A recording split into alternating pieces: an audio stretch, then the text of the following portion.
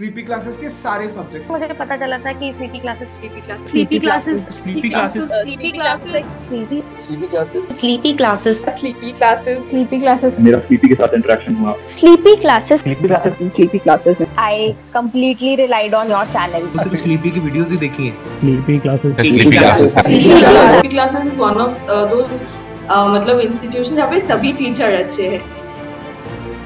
नमस्ते, मेरा नाम कुश है।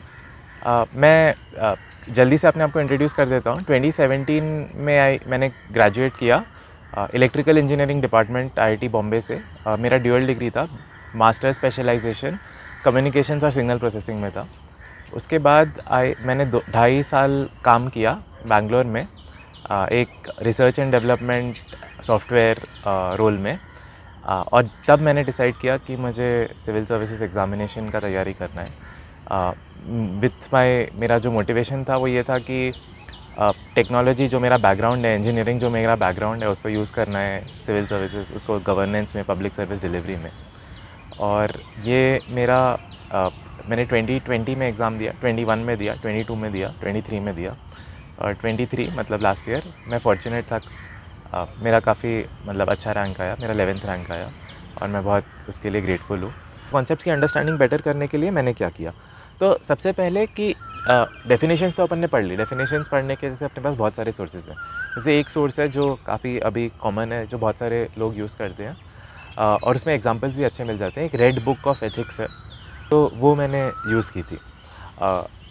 बट उसके बाद कॉन्सेप्ट का अंडरस्टैंडिंग इम्प्रूव करने के लिए बार बार उस टॉपिक के बारे में सोचो, बार बार सोचो कि ये टॉपिक अपने सोसाइटी से, आज के सोसाइटी से कैसे रिलेटेड है।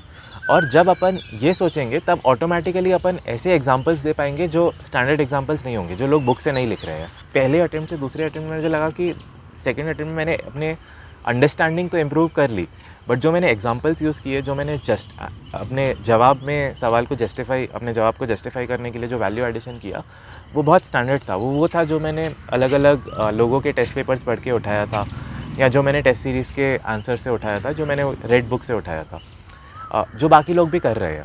उससे इसमें डिफरेंस था कि इस बार मैंने खुद के एग्जांपल सोचे थे, मतलब मैंने पर्सनल लाइफ से या जो मैंने मेरे आसपास के ऑब्जर्वेशंस हैं वहाँ से एनेक्डोट्स ऐड किए। मैंने अपने ही जीएस के, जो मैंने बाकी जीएस के सब्जेक्ट के लिए पढ़ा है, वहाँ से चीज़ें उठा के यहाँ पे ऐड की, हर एक टॉपिक से रिलेट करते हुए। तो इससे मुझे लगा कि एक तो आंसर डिफरेंट हो गया, पर बात सिर्फ आंसर डिफरेंट होने की नहीं है। मुझे लगा कि जो जवाब है, जो सवाल का जवाब है, वो अच्छे से जस्टिफाई हुआ, क्योंकि मैंने उस टॉपिक पे विचार किया और सोचा कि क्या बेस्ट जस्टिफिकेशन है। इस टॉपिक से रिलेटेड कोई सवाल आएगा तो उसका क्या बेस्ट जस्टिफिकेशन होगा, जो मैंने आसपास अपने सोसाइटी में देखा है, या जो मैंने न्यूज़पेपर में देखा है, या जो मैंने अपने बाकी जो अभी तक पढ़ाई की है उसमें देखा है। तो मुझे लगता है कि उससे बहुत हेल्प हुआ। और ये साइकिल है। आप मतलब मेरी बात सुन के लग रहा होगा कि ये एक बार में नहीं हो सकता, ये एक आइटरेटिव साइकिल है। तो मैं एकदम आपके साथ 100% एग्री करूँगा। ये एक आइटरेटिव साइकिल है, एक बार में आपके पास जो बेस्ट वो है वो तो नहीं आएगा। तो इसके लिए प्रैक्टिस बहुत ज़रूरी हो जाती है। इसलिए एथिक्स में सपोज़ आप बाकी जीएस के टेस्ट, जीएस में 3 पेपर लिख रहे हैं, 4 पेपर लिख रहे हैं, 5 पेपर लिख रहे हैं, तो आप एथिक्स में हमेशा थोड़े ज़्यादा पेपर लिखिएगा, क्योंकि एथिक्स में ये आइटरेशन इम्प्रूव करने के लिए थोड़ा ज़्यादा टाइम लेता है। तो जैसे इस बार मैंने एथिक्स में आई थिंक 8 पेपर लिखे थे शायद टोटल, मे बी शायद 8 से भी ज़्यादा लिखे होंगे। पार्ट ए तो शायद 8 से भी ज़्यादा लिखे होंगे, overall part A part B मिला के शायद 7 लिखे होंगे। तो मुझे लगा कि ये आइटरेटिव चीज़ बहुत हेल्प किया। जैसे इंटीग्रिटी का कॉन्सेप्ट है, तो इंटीग्रिटी के कॉन्सेप्ट के लिए मैं एग्ज़ाम के 4 दिन पहले तक एक पर्टिकुलर एग्जांपल यूज़ कर रहा था। ये रेड बुक से ये एग्जांपल है, एम विश्वेश्वरैया जी का। एग्ज़ाम के 4 दिन पहले मुझे एक नए एग्जांपल के अक्रॉस आया और मैंने वो यूज़ करना चालू कर दिया। तो ये एक आइटरेटिव प्रोसेस है, और ये iterative process with practice improve होगा सबसे ज़्यादा, विथ प्रैक्टिस और with focusing on the concept to understand more about it. तो मैंने रेड बुक के बारे में बात किया और मैंने टेस्ट सीरीज़ के बारे में बात किया। तो रेड बुक का अमेज़ॉन पे ऑर्डर किया था मैंने, बहुत आई थिंक काफ़ी नॉट अ वेरी मतलब हाई प्राइस, कोई नॉमिनल अमाउंट पे अमेज़ॉन पे मिल जाएगा। उसके अलावा ऑनलाइन भी मिल ही जाएगा। मेरे को फ़िज़िकल कॉपी चाहिए था तो इसलिए मैंने किया था। I think about less than 200 rupees था मुझे, अगर याद हो तो। टेस्ट सीरीज़ के बारे में मैंने ओवर द ईयर्स बहुत सारे टेस्ट सीरीज़ किए हैं। मैंने विजन IAS का टेस्ट सीरीज़ किया है, मैंने नेक्स्ट IAS का टेस्ट सीरीज़ किया है, मैंने फोरम का टेस्ट सीरीज़ किया है। मैंने इस साल स्पेसिफिकली वी के जो विकास सर हैं उनके VK IAS का टेस्ट सीरीज़ किया था, उससे भी मतलब हेल्प हुआ। मैंने इस साल स्पेसिफिकली एक एथिक्स और एसए के लिए क्रोम का टेस्ट सीरीज़ किया था। तो मुझे सबसे हेल्प हुआ है ओवर द ईयर्स। और सबसे हेल्प इसलिए हुआ है क्योंकि टेस्ट सीरीज़ में feedback is obviously important, but जो लिखने वाला पार्ट है उसमें ये मैटर नहीं करता कि वो क्वेश्चंस किसने बनाया, उसमें ये ज़्यादा मैटर करता है कि आप बैठ के लिख रहे हो। आप बैठ के एक साथ 5 क्वेश्चन 10 क्वेश्चन, शुरू में 5 फिर 10 फिर 20 क्वेश्चन लिख रहे हो। तो इम्पॉर्टेंट है, फीडबैक लेके अपन को इम्प्रूव करना है, पर सबसे पहले इम्पॉर्टेंट है कि अपन को बैठ के लिखना है। और क्वेश्चन का सोर्स इम्पॉर्टेंट नहीं है, क्वेश्चन का सोर्स कुछ भी हो सकता है। अपन को अपना पूरा डेडिकेशन के साथ, अपन को अपने तैयारी के साथ, बीच बीच में भले शुरू में नोट्स रेफ़र करने हैं तो कर सकते हैं। मैंने बहुत सारे टेस्ट जो लिखे हैं, in fact majority of the test जो मैंने लिखे हैं उसमें मैंने बीच बीच में अपने नोट्स रेफ़र करके लिखे हैं। बट इम्पॉर्टेंट ये नहीं है कि आप नोट्स रेफ़र करके लिख रहे हैं या नहीं लिख रहे हैं। इम्पॉर्टेंट ये नहीं है आप इस इधर के क्वेश्चंस का लिख रहे हैं, इधर के क्वेश्चंस लिख रहे हैं। इम्पॉर्टेंट सबसे ज़्यादा है कि आप लिख रहे हैं, क्योंकि मेंस में at the end of the day मेरे हिसाब से जो चीज़ सबसे ज़्यादा हेल्प करती है वो प्रैक्टिस। और एथिक्स में ज़्यादा इंपॉर्टेंट है, बट बाकी GS में भी ये इंपॉर्टेंट है। मैं बाकी GS पे एक बार कर लेता हूँ। तो GS 1, 2 और 3 में मुझे थोड़ा फ़र्क लगता है, in the sense that GS 3 में थोड़ा डेटा और फैक्ट्स मेरे हिसाब से ज़्यादा इंक्लूड करने से ज़्यादा हेल्प होता है। पर्सनली मेरे GS 3 में मार्क्स लास्ट ईयर और इस साल अराउंड 100 रहे हैं, विच मतलब जो एब्सोल्यूट लेवल पे बहुत अच्छा नहीं है, बट शायद GS 3 में लास्ट 2 साल में थोड़ा स्कोर्स ओवरऑल कम ही रहे हैं। और एक चीज़ जो मुझे लगता है कि हेल्प करती है कि GS 3 में इज़ कंटेंट। तो GS 3 में फोकस ऑन कंटेंट इज़, मतलब मैं ये नहीं बोल रहा हूँ कि कंटेक्स्ट पे फोकस करना इंपॉर्टेंट नहीं है, मैं ये नहीं बोल रहा हूँ कि जवाब को सही से जस्टिफाई करना या कंटेक्चुअलाइज करना इंपॉर्टेंट नहीं है, पर मैं ये बोल रहा हूँ कि थोड़ा जो अपना एनेक्डोट्स हैं, थोड़ा जो अपना केस स्टडीज़ है, थोड़ा जो अपना डेटा है, थोड़ा जो अपने फैक्ट्स हैं, वो GS 3 में ज़्यादा इंपॉर्टेंट है एज़ अपोज टू GS 1 या 2 या एथिक्स। तो GS 3 में जैसे सपोज़ एग्रीकल्चर रिलेटेड क्वेश्चन है, तो अपन जितने ज़्यादा फैक्ट्स इंक्लूड कर सकते हैं, अब बहुत ज़्यादा तो कर नहीं सकते, बट अपन एग्रीकल्चर की एक लिस्ट ऑफ कुछ 20-30 इम्पॉर्टेंट थिंग्स प्रिपेयर कर सकते हैं। एंड प्रैक्टिस इस डायरेक्शन में कर सकते हैं कि क्वेश्चन भले ही जो भी आए, मैं किस तरह से इन फैक्ट्स को कॉन्टेक्चुअलाइज करूँगा क्वेश्चन में यूज़ करने के लिए। क्योंकि जैसे मैं थोड़े कॉमन मतलब फैक्ट्स बताता हूँ, जैसे majority of the farmers India में स्मॉल एंड मार्जिनल फार्मर्स हैं, या इंडिया में जो एवरेज लैंड होल्डिंग साइज़ है वो बहुत कम है, अबाउट 0.57 हो गया है अभी।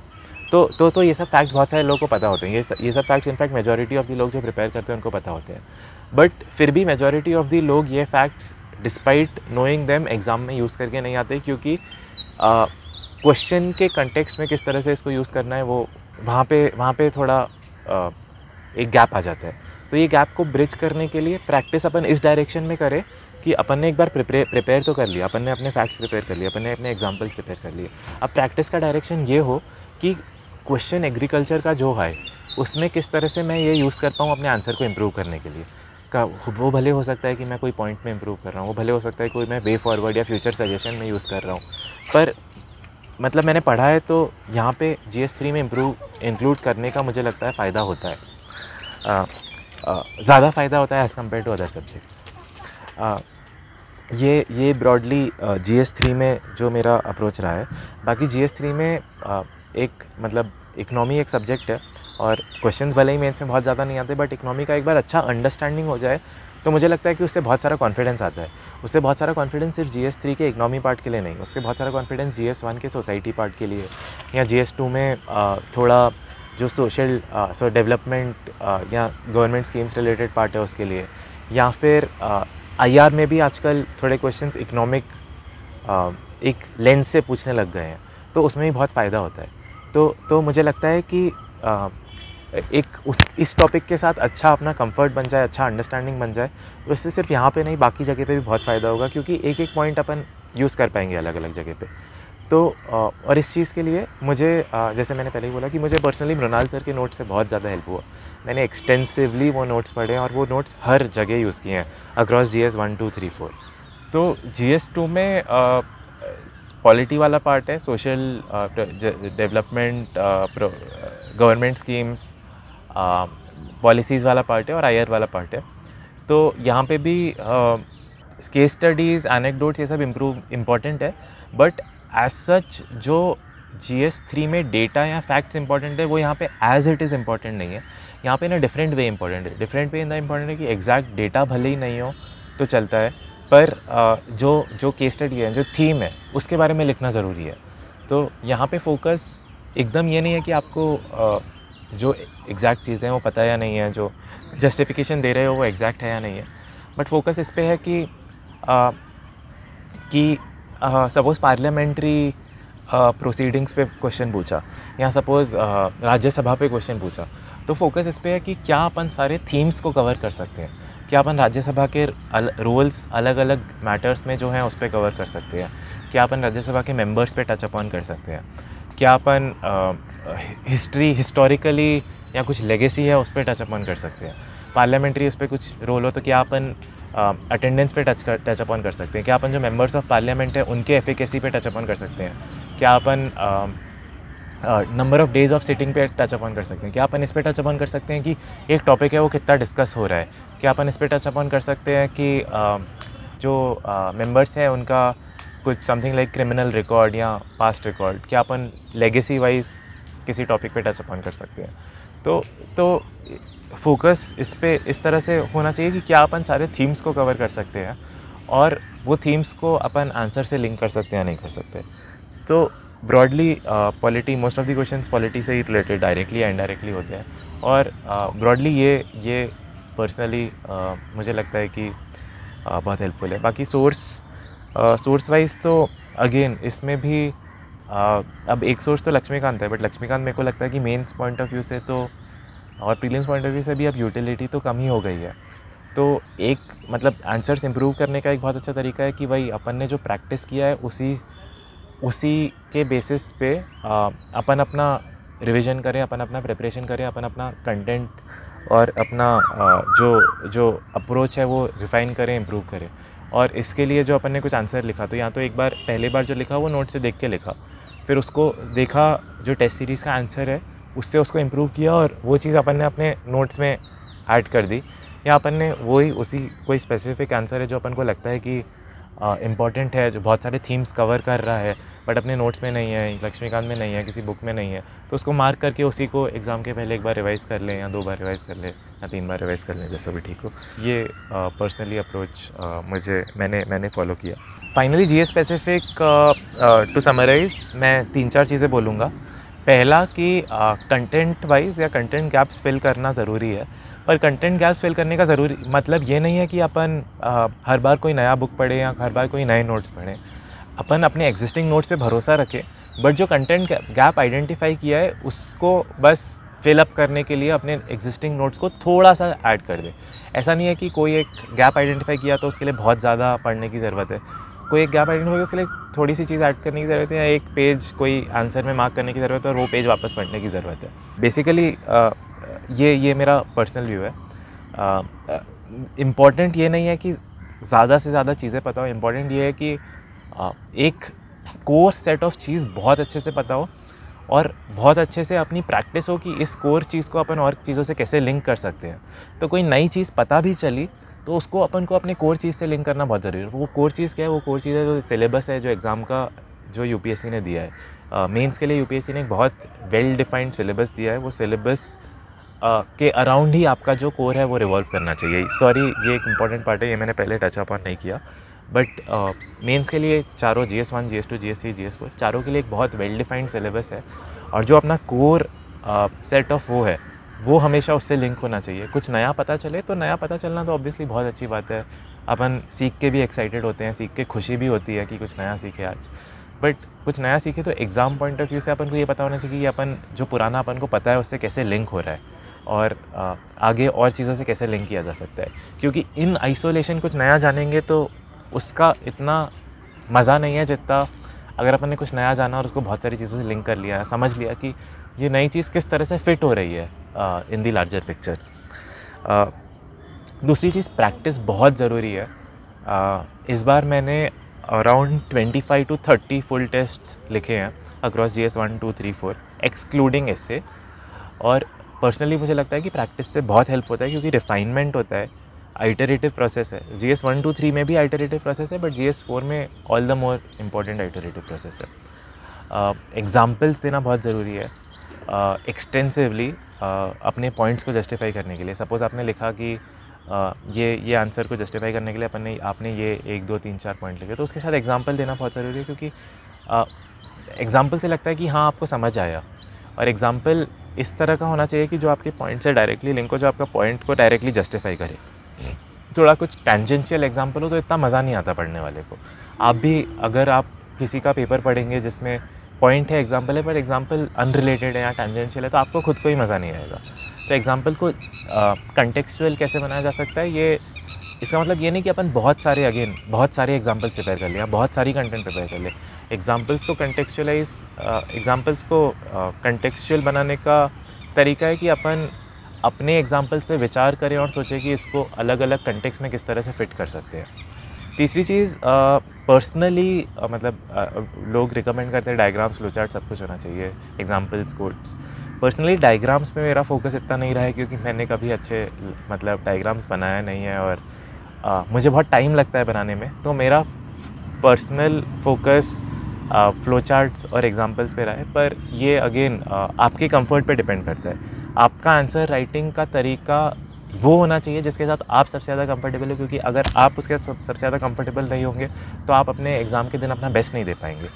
तो आप देखिए जो भी अलग अलग लोगों के तरीके हैं वो शुरू में देखिए, आप उनके साथ भले एक्सपेरिमेंट भी कीजिए, पर आप जब एक बार डिसाइड कर लो, मे बी आप 5 टेस्ट लिखो, 8 टेस्ट लिखो, 10 टेस्ट लिखो, 3 टेस्ट लिखो, 2 टेस्ट लिखो, बट एक बार आपने डिसाइड कर लिया कि हाँ ये तरीका है, इसके साथ मैं कंफर्टेबल हूँ, ये तरीका है जो मुझे लगता है मेरे लिए वर्क करेगा, उसके साथ फोकस किए और उस तरीके पे अपना कंफर्ट लेवल बिल्ड कीजिए। क्योंकि मोस्ट इम्पॉर्टेंट थिंग इज़ आप एग्ज़ाम के दिन अपना बेस्ट दें, और आप एग्ज़ाम के दिन अपना बेस्ट तभी दे पाएंगे when you are following an approach जिसके साथ आपका कंफर्ट लेवल बहुत अच्छा है। उसने स्लीपी की वीडियोस भी देखी हैं, स्लीपी क्लासेस के जो आपने फ्री लेक्चर्स डाल रखे हैं यूट्यूब पर, राइट उनको लाइक काउंटलेस टाइम्स देखा है। Sleepy classes is one of those institution जहाँ पे सभी टीचर अच्छे हैं। CP classes has been a part of the journey from the very starting. I used to follow that 1-minute series plus the daily 5 questions that you post. Sir आपके सारे videos मैंने 5-6 बार तो देखे ही।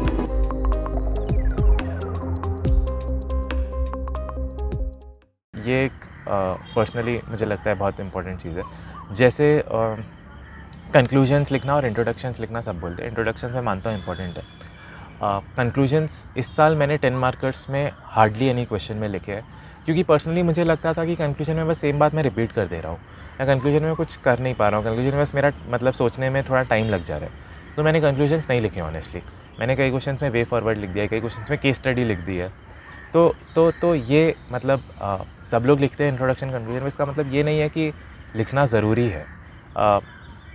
ये ज़्यादा ज़रूरी है कि आप जो फॉलो कर रहे हो वो अब एकदम एक्सट्रीम कुछ जैसे इंट्रोडक्शन ही नहीं लिख रहे, एक आध क्वेश्चन में नहीं लिखा, 2 क्वेश्चन में नहीं लिखा चलता है, बट हर क्वेश्चन में नहीं लिखा ये नहीं कर सकते। बट जैसे 15 मार्कर्स में मेरे को लगा कि कंक्लूजन लिखना ज़रूरी है, बट 10 मार्कर्स में कंक्लूजन कुछ ऐड नहीं कर रहा है, बस मेरा टाइम ले रहा है, तो मैंने कंक्लूजन्स हटा दिए 10 मार्कर्स से। इससे मेरा टाइम भी बच गया। इससे कंक्लूजन की मैं एक एक्स्ट्रा पॉइंट या एक वे फॉरवर्ड या एक कुछ केस स्टडी लिख पाया। तो आप इस तरह से एक्सपेरिमेंट कर सकते हैं छोटे छोटे इन टर्म्स ऑफ आपका एग्जैक्ट अप्रोच क्या होगा, और एक ऐसा तरीका फाइनलाइज कर सकते हैं जिस पे आपको कॉन्फिडेंस आए, जिस पे आपको लगे कि हाँ ये मैं एग्ज़ाम में लिखूँगा और इस तरह से मेरा बेस्ट में आएगा, और आपका बेस्ट आया तो फिर आपको वो रिवॉर्ड करेगा। तो ये एक बहुत इंपॉर्टेंट चीज़ है। और इसी से रिलेटेड मैं एक लास्ट चीज़ बोलना चाहता हूँ। मुझे पता है इस वीडियो में बता रहा हूँ मैंने कैसे तैयारी की, पर मैं ये भी बोलना चाहता हूँ कि ये तैयारी का तरीका मेरे लिए काम किया, ये तैयारी का तरीका एग्जैक्ट सेम आपके लिए काम करे या नहीं करे ज़रूरी नहीं है। आपको वो तरीका ढूंढना है जो आपके लिए सबसे ज़्यादा हेल्पफुल हो, क्योंकि आपकी पढ़ाई, आपकी तैयारी सबसे ज़्यादा इफ़ेक्टिव, सबसे ज़्यादा प्रोडक्टिव तब होगी जब आप एक ऐसे तरीके के ढूंढ लेते हैं जिसमें आपको सबसे ज़्यादा मज़ा आए, जिसमें आपका कंफर्ट लेवल सबसे ज़्यादा हो। तो ये जानना भले ही ज़रूरी है कि और लोगों ने किस तरह से अप्रोच किया, किस तरह से स्ट्रैटेजाइज़ किया, क्या सोर्सेस यूज़ किए, बट अल्टीमेटली आपको अपना बेस्ट देना है। और आपको अपना बेस्ट और किसी का तरीका एज इट इज़ फॉलो करके नहीं दे पाओगे। आप अपना बेस्ट तरीका तब दे पाओगे जब आपने खुद ने डिस्कवर किया कि हाँ, इससे मुझे मज़ा आ रहा है, इससे मैं आगे बढ़ रहा हूँ, इससे मैं इम्प्रूव कर रहा हूँ। क्योंकि ultimately at the end of the day मेरे हिसाब से ये सबसे ज़्यादा इंपॉर्टेंट है, ये मैं ज़रूर बोलूँगा। और इसका एक और लिंक है कि पढ़ने का तरीका भी सबका डिफरेंट होता है, नोट्स बनाने का तरीका भी सबका डिफरेंट होता है। कई लोग नोट्स नहीं भी बनाते हैं, कई लोग बस बुक में हाईलाइट कर लेते हैं, पेपर में हाईलाइट कर लेते हैं, और वो लोग भी टॉपर होते हैं। कई लोग लैपटॉप पे नोट्स बनाते हैं, कई लोग फिजिकली नोट्स बनाते हैं। मैंने दोनों चीज़ें की है, कई सब्जेक्ट के नोट्स नोटबुक में बनाए, कई सब्जेक्ट के नोट डिजिटली बनाए हैं। कई लोग कोई ऐप यूज़ करते हैं नोट्स बनाने के लिए फ़ोन पे, और कोई भी तरीका सही या गलत नहीं है। सब मतलब तरीका वो तरीका सही है जो आपको सबसे ज़्यादा हेल्प करता है। तो आप मेरी बात सुन के या किसी की बात सुन के प्लीज़ ये मत सोचिए कि इससे सबसे ज़्यादा हेल्प होगा। सबसे ज़्यादा हेल्प आपको उस चीज़ से होगा जिसमें आप पर्सनली सबसे ज़्यादा कंफर्ट हो, जिसमें आपको सबसे ज़्यादा मज़ा आ रहा है। सॉरी, मुझे ये पहले बोलना चाहिए था, ये मैंने पहले बोला नहीं, बट ये बहुत इंपॉर्टेंट है। और लास्ट एस्से पे थोड़ा सा मैं टच अपॉन कर देता हूँ। एस्से के लिए मेरा पर्सनल वो है कि कोई अलग से तैयारी नहीं करना है, अपना जो कंटेंट होगा वो अपने जीएस से ही आएगा। प्रैक्टिस ज़रूर करना है, और प्रैक्टिस दो तरीके से करना है। एक पूरा एस्से लिख के करना है, पर पूरा एस्से आप कितना लिख सकते हो? 10 लिख सकते हो, 12 लिख सकते हो, 15 लिख सकते हो, शायद 20 भी लिख लोगे। पर अपन को उससे ज़्यादा प्रैक्टिस करना है। तो उससे ज़्यादा प्रैक्टिस कैसे करें? तो उससे ज़्यादा प्रैक्टिस मतलब मैंने पर्सनली 10-12 ऐसे लिखे थे, बट उससे ज़्यादा प्रैक्टिस ये मैंने लास्ट ईयर, इस साल इतना नहीं किया, लास्ट ईयर मैंने ये बहुत किया था। मैं और मेरा एक फ्रेंड था, हम रोज़ रात को एक ऐसे का टॉपिक पिकअप करते थे और पूरा नहीं लिखते थे।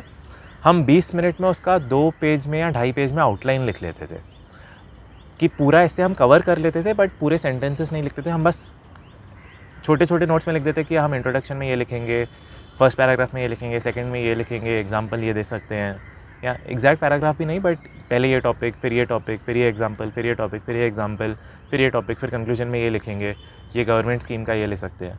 और ये एक्सरसाइज करनी है 20 से 25 मिनट में। उसके बाद फिर हम एक दूसरे को फ़ोन करके डिस्कस कर लेते थे, आइडियाज़ एक्सचेंज कर लेते थे। तो total 30-35 minutes, 30 minutes approximately 20 + 10 minutes में, या 20 + 20 मिनट्स में, 40 मिनट्स में ये एक्सरसाइज हो जाती थी। इससे ऐसा होता था कि पूरा ऐसे नहीं लिख रहे, बट ऐसा हो गया कि एक पूरा ऐसे लिख लिया। ये आप अगर रोज़ करोगे, एवरी ऑल्टरनेट डे भी करोगे, तो आपके 40-50 ऐसे हो जाएंगे। तो इंस्टेड ऑफ मतलब पूरे ऐसे तो लिखने ही है, पूरे ऐसे लिखने का प्रैक्टिस ज़रूरी है, बट वो अपन मतलब बियॉन्ड अ पॉइंट नहीं कर सकते। बट ये अपन ऐसी चीज़ है जो अपन 35-40 मिनट्स रोज़ या एवरी ऑल्टरनेट डे निकाल सकते हैं, और इससे अपन अबाउट 40 एसेस कवर कर सकते हैं। तो दिस इज़ समथिंग जो मैंने सेपरेटली एस्से के लिए किया। सबसे इम्पॉर्टेंट है आप अपना तरीका फाइंड कीजिए, आप अपना कंफर्ट फाइंड कीजिए, आप प्रैक्टिस कीजिए, क्योंकि ये जो है वो सिर्फ प्रैक्टिस करके, सिर्फ बार बार पढ़ के या प्रैक्टिस करके ही आएगा। और एक बार ये आया तो फिर उस पर डबल डाउन कीजिए, क्योंकि आपको एग्ज़ाम के दिन बेस्ट देना है, और आपका एग्ज़ाम का दिन पे वो मतलब उसमें वो तभी आएगा जब यू फाइंड कि अलग अलग सब्जेक्ट्स में आपके लिए क्या बेस्ट वर्क कर रहा है। तो शुरू में थोड़ा एक्सपेरिमेंटेशन ठीक है, पर एक बार आपने अपना कोर चीज़ डिसाइड कर लिया कि किस तरह से करना है, कहाँ से पढ़ना है, तो फिर और बहुत ज़्यादा इधर उधर नहीं जाना है। उस पर कॉन्फिडेंस रखना है, उसको बार बार पढ़ना है, उस पर विचार करना है, उसके साथ और बिल्ड करना है कंफर्ट लेवल, उसके बेसिस पे प्रैक्टिस करना है, प्रैक्टिस अच्छा खासा करना है, अलग अलग सिचुएशंस में प्रैक्टिस करना है, अलग अलग कंटेक्स्ट के क्वेश्चंस को उस चीज़ से रिलेट करने का प्रैक्टिस करना है। सबसे इम्पॉर्टेंट है कि जो मैंने बोला वो आप थोड़ा पिंच ऑफ सॉल्ट लीजिए, इन द सेंस कि वो तरीका मेरे लिए हेल्प किया क्योंकि मैं उसके साथ कंफर्टेबल हो गया और मैंने उस तरीके से बहुत प्रैक्टिस किया। सबसे इम्पोर्टेंट आपके लिए है कि आप भी अपना तरीका ढूंढें, उसके लिए आप पढ़ें, आप प्रैक्टिस कीजिए, पढ़ें फिर से प्रैक्टिस कीजिए, पढ़ें फिर से प्रैक्टिस कीजिए, और एक बार आपको डिस्कवर हो गया, एक बार आपको समझ में आ गया कि हाँ ये मेरे लिए काम कर रहा है, तो फिर उस पर डबल डाउन करना है, तो फिर उसके बेसिस पे उसको अपना कोर बनाना है, उसको कोर बना के जो भी अपन ने नया सीखा उस कोर से लिंक करना है, जो भी अपन ने प्रैक्टिस किया उस कोर से लिंक करना है, कोई नया कंटेक्स्ट का कोई नए टॉपिक का सवाल है उसको उससे लिंक करना है, उसको उसके लिंक करके कॉन्स्टेंटली इम्प्रूव करना है। तो ये मेरे हिसाब से सबसे ज़्यादा हेल्प करेगा। और all the very best to you, my best wishes are with all of you. Thank you so much.